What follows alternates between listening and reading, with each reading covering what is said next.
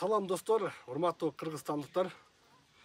Баткенде сейрек кездешчү гүлдөрдүн канышасы болгон айгүл гүлү өстү. Быйыл жакшынакай болуп ачылды.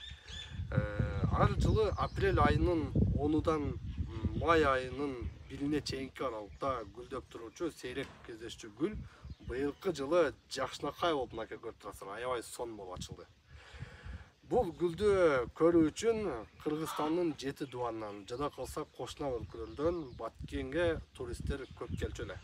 Бирок акыркы 2 жылдан бери айгүл тоосуна чыгууга мораторий киргизилген. Себеби эмнеге? Гүлдү сактап калуу максатында.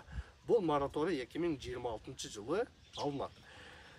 Ага чейин сиз Баткенге келип калсаңыз, айгүл гүлүнү көрүүнү кааласаңыз, азыр жакшынакай болуп ачылып турган жер, мен турган жер бул Карабулак айылындагы Изат эженин үйү. Сиз Изат эжеге келип жолугасыз, Изат эже сизге гүлдүн историясын толугу менен айтып берет. Бул гүлдүн тарыхы кандай сыйкырдуу, кандай бир гүлдөрдүн канышасы аталып калган, Изат эжеден толук маалымат алсаңыз болот. Бүгүн 10 апрель, биз азыр атайын гүлгө келдик эле, сонун болуп жакшынакай ачылды.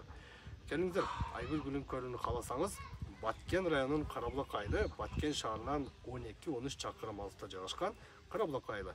Изат эженин үйүндө бул гүл кандай өсүп калган? Себеби бул Изат эже айгүл тоосуна жакын жайгашкан жерде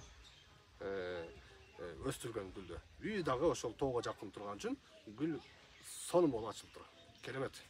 Гүлгө толо аламдагы гүлдөрдүн канышасын арнагы